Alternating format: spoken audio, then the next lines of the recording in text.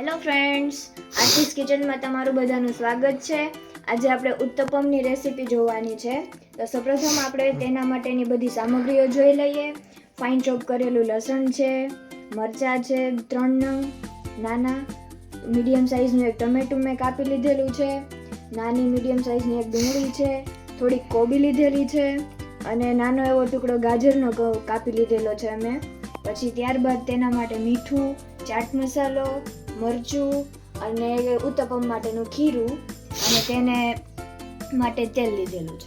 હવે આ બધા વેજીટેબલ્સ ફાઇન ચોપ કરેલા છે તેમાં આપણે મીઠું, ચાટ મસાલો અને મરચું ઉમેરી દઈશું. તમે લોકો કોઈ પણ વેજીટેબલ સ્કીપ પણ કરી શકો છો અને એડ પણ કરી શકો છો તમારી અનુકૂળતા પ્રમાણે. તો હવે આ બધા વેજીટેબલ્સ એકસાથે મિક્સ કરી લઈએ પહેલાં.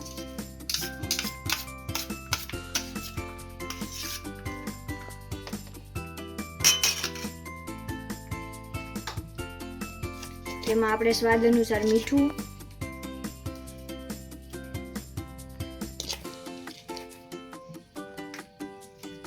થોડો ચાટ મસાલો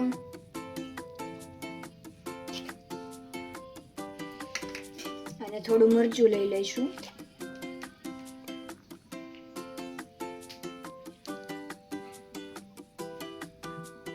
તમારે આવી રીતે મિક્સ ના કરવું હોય તો તમે અલગ અલગ પણ રાખી શકો છો.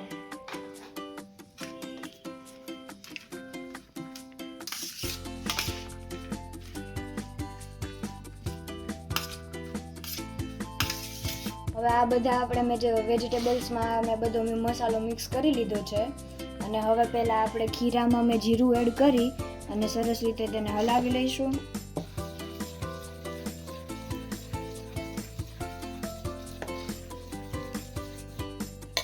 અને મેં તવી ગરમ થવા મૂકી દીધી હતી. મીડિયમ ફ્લેમ જ રાખવાની છે, બહુ ગરમ નહીં કરવાનું.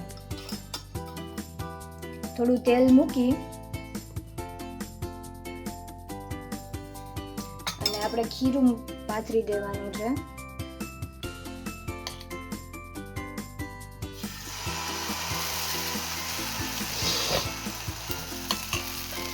તેના ઉપર આપણે આ જે મિક્સ કરેલા વેજીટેબલ્સ છે એ એડ કરી દેવાના છે.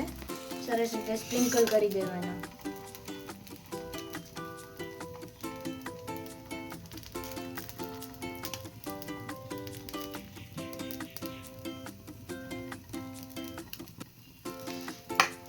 તેના ઉપર ફરીથી આપણે થોડું તેલ એડ કરી દઈશું.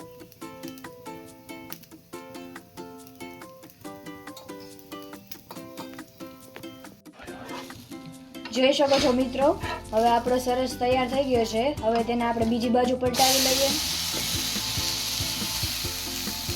કેવી સરસ જાળી પડી છે તે તમે જોઈ શકો છો.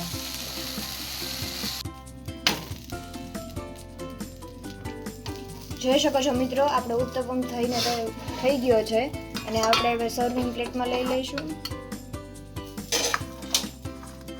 અને મસ્ત કેચઅપ સાથે આપણે સર્વ કરશું એને ગરમ ગરમ. તો મિત્રો, તમે જરૂરથી એકવાર આ ટ્રાય કરજો. તમને ખૂબ મજા આવશે ખાવાની. અને લાઈક કરજો, શેર કરજો અને કોમેન્ટ કરજો વિડીયો ઉપર. Thank you.